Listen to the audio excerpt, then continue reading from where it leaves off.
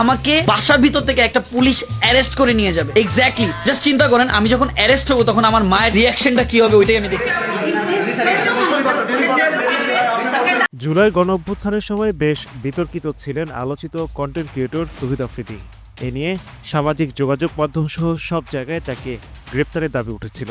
অবশেষে সিআইডির জালে আটক সমালোচিত এই কন্টেন্ট ক্রিয়েটর। গতকাল রোববার বরিশাল মহানগরের বাংলাবাজার এলাকায় বিশেষ অভিযান চালিয়ে তাকে গ্রেফতার করা হয়।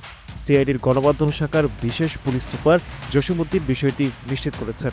তিনি জানান, গত জুলাই মাসে বৈষম্য বিরোধী ছাত্র আন্দোলনের সময় রাজধানীর যাত্রাবাড়ী থানায় দায়ের করা হত্যা মামলায় ১১ নম্বর আসামি হিসেবে তৌহিদ আফ্রিদিকে গ্রেফতার করা হয়েছে।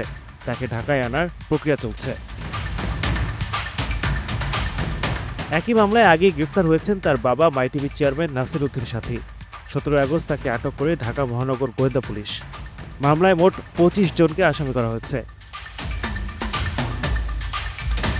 এর মধ্যে প্রধান আসামি সাবেক প্রধানমন্ত্রী শেখ হাসিনা, দ্বিতীয় আসামি সাবেক সেতুমন্ত্রী ওবায়দুল কাদের এবং তৃতীয় আসামি পুলিশের সাবেক আইজিপি আব্দুল্লাহ মামুন।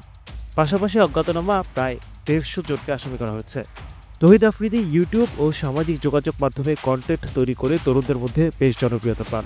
সাম্প্রতিক বছরগুলোতে ব্লগ ও ভ্রমণকেন্দ্রিক কন্টেন্টের জন্য তার বড় অনুসারী গড়ে ওঠে।